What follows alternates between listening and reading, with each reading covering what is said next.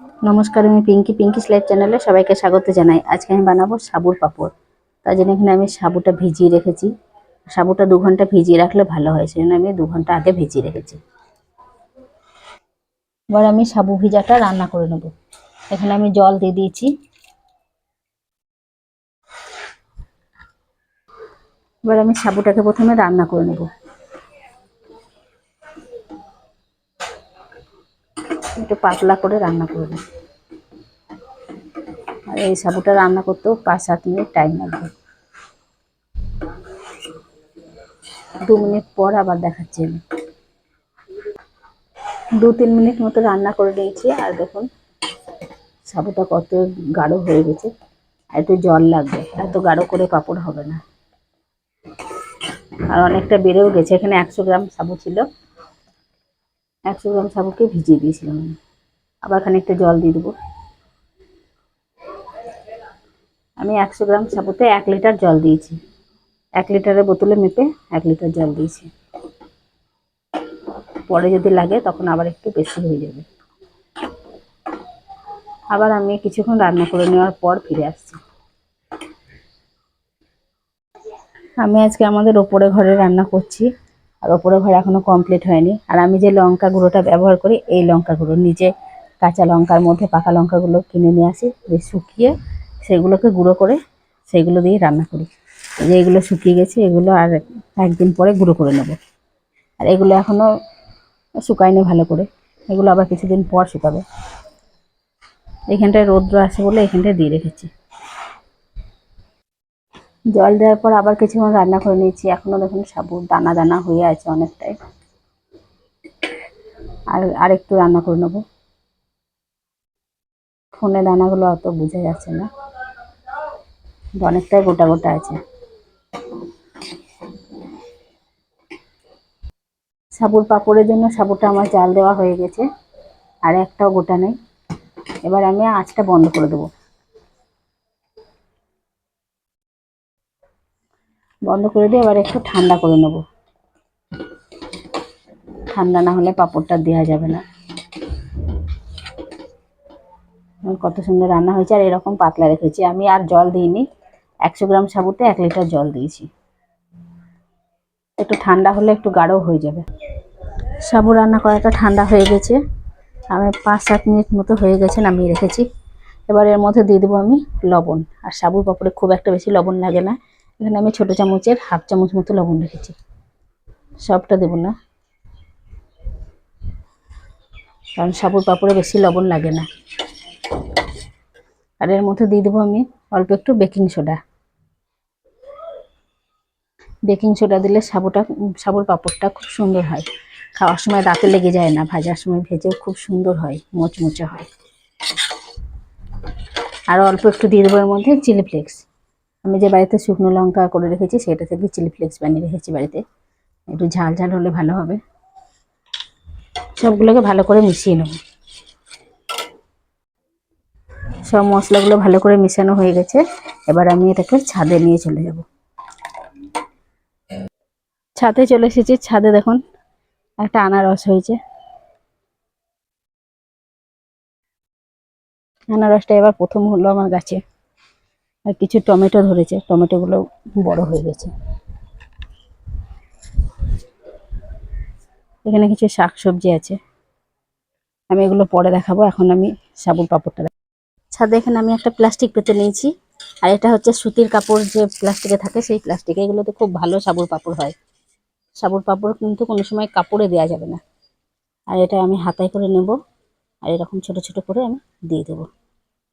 খুব সহজেই দেওয়া যায় সাবুর পাঁপড়টা, খুব একটা সময় লাগে না। এক হাতা তুললে 4-5টা করে হচ্ছে। আজকে খুব হাওয়া দিচ্ছে, যার জন্য সাবুর পাঁপড়গুলো একসাথে লেগে যাওয়ার ভয় আছে। একটু ফাঁকা ফাঁকা করে আমি গোটাটাই দিয়ে দেবো।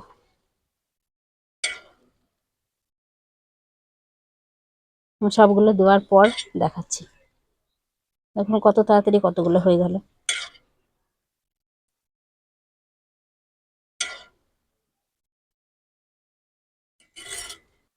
সব পাঁপড়গুলো আমার দেওয়া হয়ে গেছে। এই একটা প্লাস্টিকে দিয়েছি, আর এইখানে একটা দিয়েছি।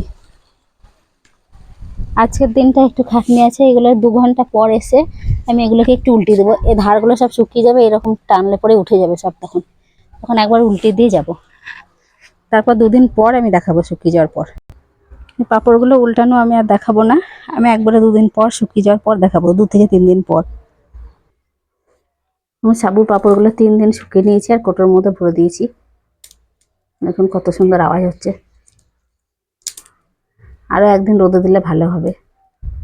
আমি এই সাবুর পাঁপড়টা একটু ভেজে দেখাচ্ছি। আর কতগুলো হয়েছে দেখুন 100 গ্রাম সাবুতে। আমি একটা জায়গায় ঢেলে দেখাচ্ছি কোটো থেকে।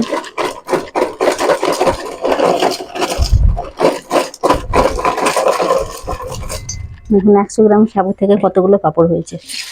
এই কড়াইটা অনেকটা বড়, কতগুলো হয়েছে। ভাজলে এগুলো আরও বেশি মনে হবে। আর একটু রোদে দিতে হবে, একটু নরম আছে। 3 দিন রোদে দিয়েছি আর আজকের দিনটা দেবো। আর আমি একটু ভেজে দেখাচ্ছি। সাবুর পাঁপড় ভাজার জন্য আমি তেল বসিয়ে দিয়েছি। তেলটা গরম হলে আমি পাঁপড়গুলোকে একে একে দিয়ে ভাজবো। আর সবগুলো আমি ভাজবো না, সব ভাজলে অনেক হয়ে যাবে। কিছুটা ভেজে আমি দেখাবো। তেল গরম হয়ে গেছে, এবার আমি সাবুর পাঁপড় ভেজে দেখাবো।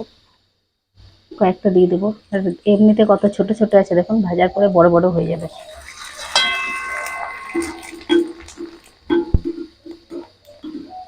আর এগুলো ভাজা খুব সহজ।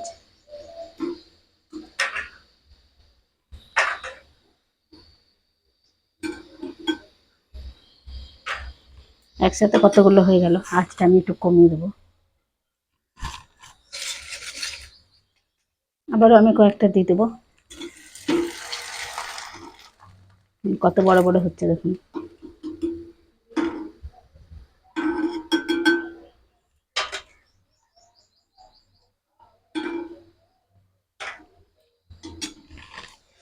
আমি একবার একটা দেখাচ্ছি কত ছোট আছে আর ভাজার পর কতটা বড় হবে।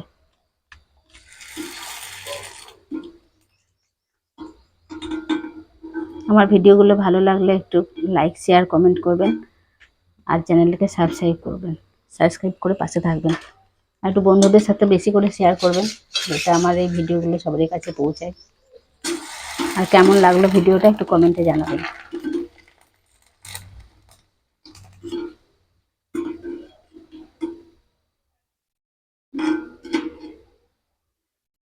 অনেকগুলো হয়ে গেছে, আর পাঁপড় ভাজবো না। এবার আমি একটা ভেঙে দেখাবো।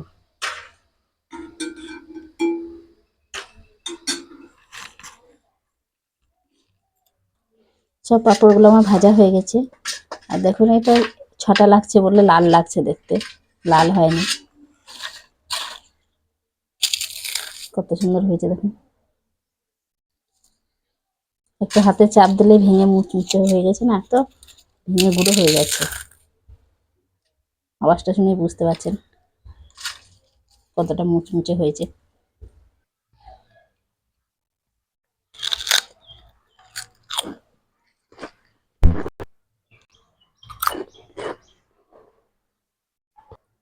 ভিডিওটা আজকের মতো শেষ করছি। কেমন লাগলো অবশ্যই কমেন্টে জানাবেন। ভালো লাগলে একটু বাড়িতে বানিয়ে খেয়ে দেখবেন। আর এখানেই শেষ করলাম।